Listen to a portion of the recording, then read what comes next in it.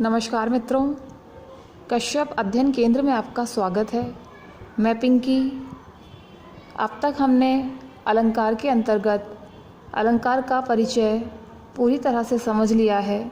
आज हम अलंकार के भेदों की चर्चा करेंगे। वीडियो शुरू करने से पहले आप सभी से निवेदन है कि आप हमारे चैनल को लाइक करें, कमेंट करें, शेयर करें और यदि आप हमारे चैनल को पहली बार देख रहे हैं तो बेल आइकन के बटन को प्रेस करें। आइए शुरू करते हैं अपने विषय को। आज का हमारा विषय है शब्दालंकार तथा शब्दालंकार के अंतर्गत आने वाले अलंकार। शुरू करते हैं। शब्दालंकार किसे कहते हैं? शब्दालंकार वह अलंकार होता है जिसमें अलंकार शब्द में ही निहित होता है। यदि उस शब्द की जगह हम कोई दूसरा या पर्यायवाची शब्द रख देते हैं तो अलंकार समाप्त हो जाता है। शब्दालंकार के अंतर्गत अनुप्रास, यमक, श्लेष, वक्रोक्ति तथा पुनरुक्ति आदि अलंकार आते हैं। इन सभी अलंकारों की एक एक करके चर्चा हम करेंगे। सबसे पहले हम शुरू करते हैं अनुप्रास अलंकार। अनुप्रास अलंकार किसे कहते हैं? काव्य में किसी व्यंजन वर्ण की आवृत्ति होने पर अनुप्रास अलंकार होता है। अनुप्रास अलंकार के अंतर्गत आपको ध्यान रखना है कि इसमें व्यंजन वर्णों की आवृत्ति होगी। आवृत्ति यानी बार बार आएंगे। जैसे भगवान भक्तों की भूरी भीति भगाइए। इस पूरी पंक्ति में भा वर्ण की आवृत्ति कई बार हुई है और इस कारण इस पंक्ति में अनुप्रास अलंकार है। इसी तरह से एक और उदाहरण ले लेते हैं, लहर लहर लहरिया। इस पंक्ति में भी ला वर्ण की आवृत्ति, ला व्यंजन की आवृत्ति कई बार हुई है। इस कारण इस पंक्ति में अनुप्रास अलंकार है। अनुप्रास अलंकार के 4 भेद होते हैं। पहला भेद है छेकानुप्रास, दूसरा वृत्त्यानुप्रास, तीसरा श्रुत्यानुप्रास और चौथा अंत्यानुप्रास। छेकानुप्रास किसे कहते हैं?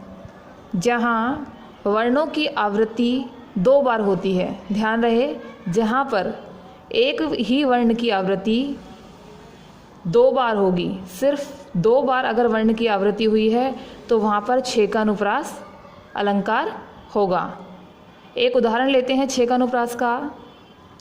जन गण मन के अंतर्गत एक पंक्ति आती है, भारत भाग्य विधाता। इस पंक्ति में भा वर्ण की आवृत्ति 2 बार हुई है, इसलिए इस पंक्ति में छेकानुप्रास है। अगला भेद है वृत्त्यानुप्रास। इसके अंतर्गत वर्णों की आवृत्ति 2 से अधिक बार होती है। छेकानुप्रास में हमने पढ़ा कि वर्ण की आवृत्ति 2 बार होगी और वृत्त्यानुप्रास में वर्ण की आवृत्ति 2 से अधिक बार होगी। जैसे दफन दर्द दिल का दर दर देता दुहाई। अब इस पंक्ति में देखिए, दफन दर्द दिल दर दर देता दुहाई, दादा वर्ण की आवृत्ति 2 से अधिक बार हुई है, इसलिए इस पंक्ति में वृत्त्यानुप्रास है।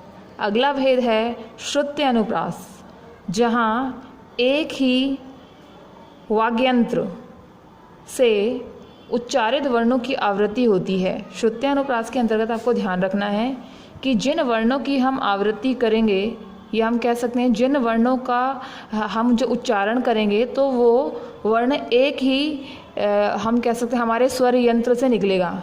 जैसे कि हमारे जो वर्ण होते हैं, जैसे कुछ दंत्य वर्ण होते हैं, कुछ ओष्ठ होते हैं, कुछ कंठ होते हैं, तो श्रुत्यानुप्रास के अंतर्गत जो वर्ण आएंगे वो किसी एक ही हमारे वाक्यंत्र से उच्चरित होंगे। जैसे तुलसीदास सीदत निस्दिन देखत तुम्हारी निठुराई।